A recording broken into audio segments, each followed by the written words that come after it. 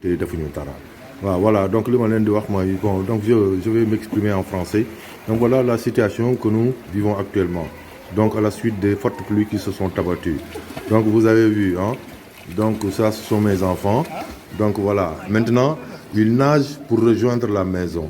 Donc voilà, c'est catastrophique. C'est extraordinaire. Catastrophique. Ce que nous avons jamais vécu.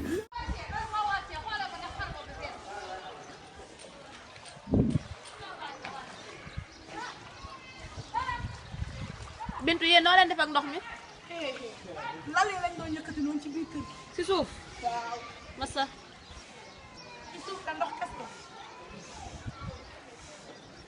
asalaamaaleykum dal leen ak jàmm sama mbokk internet yi comme ni ngeen ko gisee ci image yi ñun Dakar semaine ngi nii presque chaque jour dafay taw ñu ñaan yàlla na taw bi yàlla na jur jàmm incha allahu rabbi te yàlla bu fekkee yàlla nañu ko yàlla teggal comme ni ngeen ko gisee ci image yi nii li muy mi ngi xewee fii ci diwaanu Kër Massar waaw fii ci cité Camille Bass ak Alaaji Paate comme ni ngeen ko gisee nii gis nga borom kër fu ñu dugg seen kër sax faw ñu feey pour dugg seen i biir kër kon nga xamante ne loolu metti na loolu jéggi na dayoo yàlla bi yëpp ndox la oui comme ni ngeen ko gisee ci image yi nii ku gis image yi xam ne ndox mi yàgg na fi ndox mi yàgg na fi boo xoolee diwaanu Kër Massar foofu depuis 2009 ñu inondé depuis 2009 ba tey borom kër yi ñu ngi dund ak ndox mi.